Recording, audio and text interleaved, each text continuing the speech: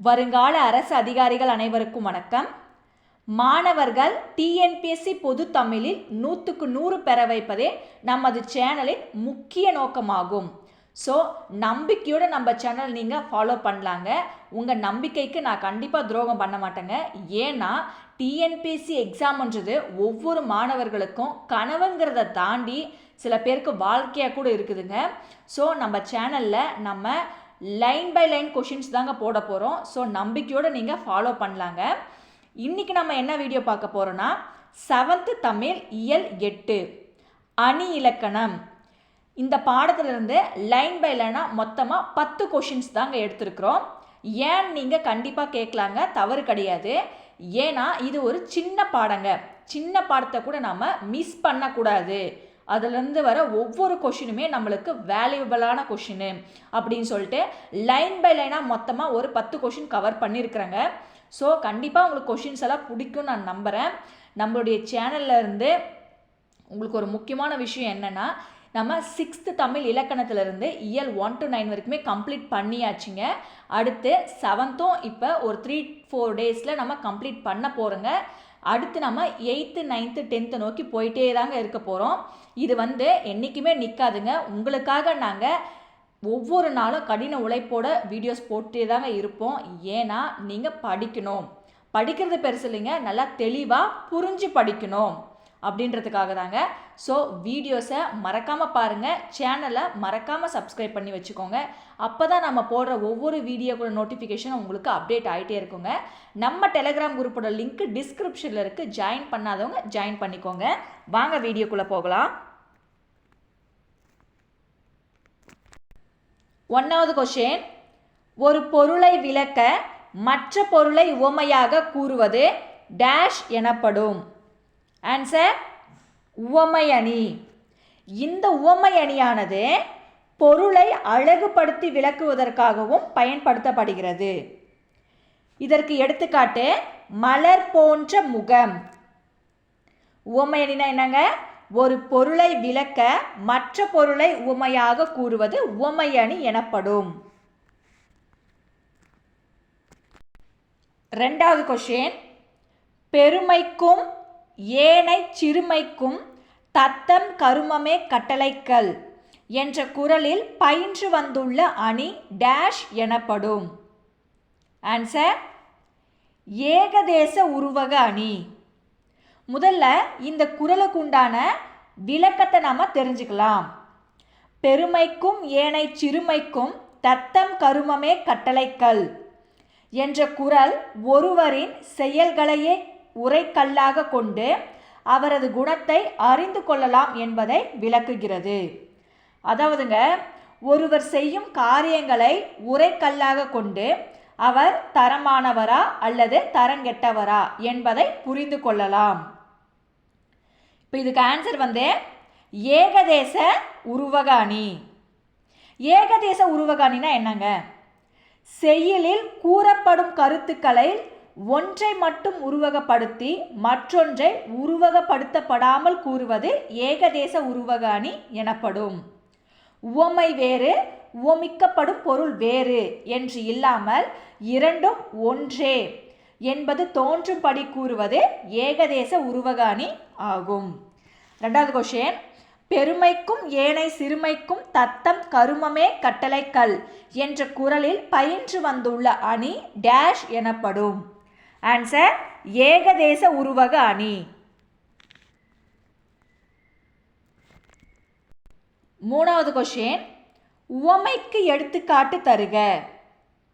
Answer தேன் போன்ற தமிழ். உவமைனா என்னங்க? உவமை என்பது ஒரு பொருளை இன்னொரு பொருளுடன் ஒப்பிட்டு அழகுபடுத்தி கூறுவது ஆகும். 3வது கொஷின், உவமைக்கு எடுத்துக்காட்டு தருக.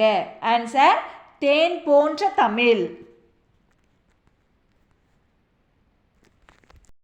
4வது கொஷின், அறிவு என்னும் விளக்கை கொண்டு அறியாமையை நீக்க வேண்டும் என்ற பாடலில் பயின்று வந்துள்ள அணி. ஆன்சர் ஏகதேச உருவக அணி. இந்த பாடலை பாருங்க. அறிவு என்பது விளக்காக உருவகப்படுத்தப்பட்டுள்ளது. அறியாமை என்பது இருளாக உருவகப்படுத்தப்படவில்லை.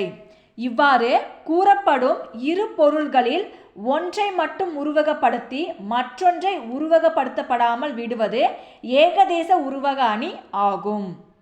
4வது கொஸ்டின், அறிவு என்னும் விளக்கை கொண்டு அறியாமையை நீக்க வேண்டும் என்ற பாடலில் பயின்று வந்துள்ள அணி ஏகதேச உருவக அணி ஆகும். 5வது கொஸ்டின், உவமையும் உவமேயமும் ஒன்றாக அமைவது டேஷ் எனப்படும். ஆன்சர் உருவக அணி. அதாவது உவமை வேறு உவமேயம் வேறென தோன்றாமல் இரண்டும் ஒன்றே என தோன்றும் பக்கம் உருவகம் ஆகும். 5வது கொஸ்டின், உவமையும் உவமேயமும் ஒன்றாக அமைவது உருவக அணி எனப்படும். 6வது கொஸ்டின், உருவகத்திற்கு எடுத்துக்காட்டு தருக. ஆன்சர் இவை அனைத்தும். இதில் உவமிக்கப்படும் பொருள் முன்னும் உவமை பின்னுமாக அமையும். இப்போ பாருங்க, தேன் போன்ற தமிழ் என்று கூறுவது உவமை. தமிழாகிய தேன் என்னும் பொருளில் தமிழ் தேன் என்று கூறுவது உருவகம். அடுத்து பாருங்க, வெள்ளம் போன்ற இன்பத்தை இன்ப வெள்ளம் என்று கூறுவதும் கடல் போன்ற துன்பத்தை துன்ப கடல் என்று கூறுவதும் உருவகமாகும். அப்போ உருவகத்திற்கு எடுத்துக்காட்டு துன்பக்கடல், இன்ப வெள்ளம், தமிழ் தேன். ஆன்சர் இவை அனைத்தும். 7வது கொஸ்டின், உவமை வேறு உவமிக்கப்படும் பொருள் வேறு என்று இல்லாமல் இரண்டும் ஒன்றே என்று தோன்றும்படி கூறுவது டேஷ் எனப்படும். ஆன்சர் உருவக அணி. உவமை வேறு உவமிக்கப்படும் பொருள் வேறு என்று இல்லாமல் இரண்டும் ஒன்றே என்று தோன்றும்படி கூறுவது உருவக அணி எனப்படும்.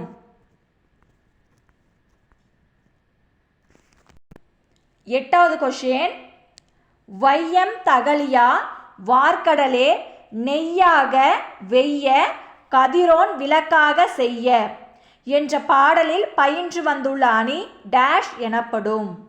ஆன்சர் உருவக அணி. வையம் தகலியா வார்க்கடலே நெய்யாக வெய்ய கதிரோன் விளக்காக செய்ய என்ற பாடலில் பயின்று வந்துள்ள அணி உருவக அணி எனப்படும். 9வது கொஸ்டின், இரு பொருளில் ஒன்றை மட்டும் உருவகப்படுத்தி மற்றொன்றை உருவகப்படுத்தப்படாமல் விடுவது டேஷ் எனப்படும். ஆன்சர் ஏகதேச உருவக அணி. இரு பொருளில் ஒன்றை மட்டும் உருவகப்படுத்தி மற்றொன்றை உருவகப்படுத்தப்படாமல் விடுவது ஏகதேச உருவக அணி எனப்படும். 10வது கொஸ்டின், உவமைக்கு எடுத்துக்காட்டு தருக. ஆன்சர் இவை அனைத்தும். உவமைக்கு எடுத்துக்காட்டு வெள்ளம் போன்ற இன்பம், கடல் போன்ற துன்பம், மலர் போன்ற முகம். ஆன்சர் இவை அனைத்தும். Thanks for watching. Subscribe to our channel.